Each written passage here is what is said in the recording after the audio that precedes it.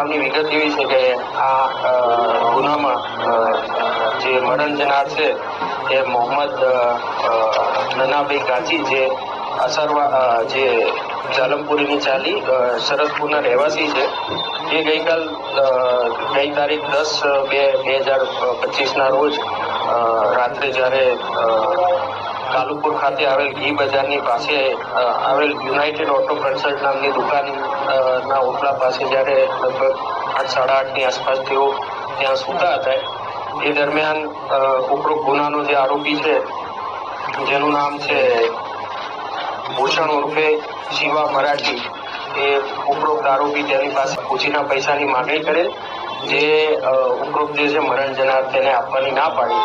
ત્યારબાદ જે આરોપી છે તેને ગાળાગાળી કરી અને મરણ જનાર સાથે બોલાચાલી ઝઘડો કર્યો અને આ બાબતે એ ઉશ્કેરાટમાં તેને ત્યાં પડેલ પથ્થરથી ઉપરોક્ત જે મરણ જનાર છે મોહમ્મદભાઈ, તેમના માથામાં 4-5 પથ્થરથી ઘા કરી અને ઈજાઓ કરી અને ત્યાંથી પછી તે ભાગી છૂટ્યો. ઉપરોક્ત મરણ જનાર છે જેના માથામાં ઈજા થવાથી, લોહી નીકળવાથી તે આસપાસમાં રહેલ રાહદારીઓ દ્વારા 108ને ફોન કરવામાં આવેલ અને ઉપરોક્ત જે મરણ જનાર છે તેને હોસ્પિટલ ખાતે સારવાર અર્થે મોકલી આપવામાં આવેલ. જે સારવાર દરમિયાન તારીખ 11ના લગભગ સવારના 10 વાગ્યાની આસપાસ ઉપરોક્ત જે છે મરણ જનાર મોહમ્મદભાઈ છે મૃત્યુ થતા આ જે ઈજાનો બનાવ છે હત્યાનો પરિણમ્યો હતો.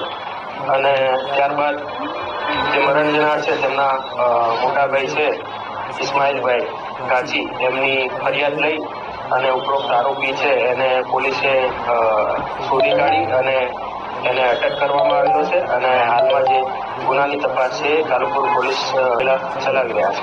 કુલ કેટલા આરોપીઓની ધરપકડ કરવામાં આવી છે, કેટલા રૂપિયાની કેટલા રૂપિયાની મદદ કરવામાં આવી છે, કયા કારણોસર રૂપિયાની માંગણી કરવામાં આવી? જે વખતે આમાં એક જ આરોપીની સંડોવણી છે, એના સિવાય બીજા કોઈ વ્યક્તિની કોઈ પણ જાતની સંડોવણી આમાં હાલના તબક્કે ખુલી નથી. અને જે આરોપી છે એને આ બાબતે કોઈ ખાસ કેટલા રૂપિયાની માંગણી કરી હતી એ બાબતનું ખાસ કોઈ પેલું એ નથી.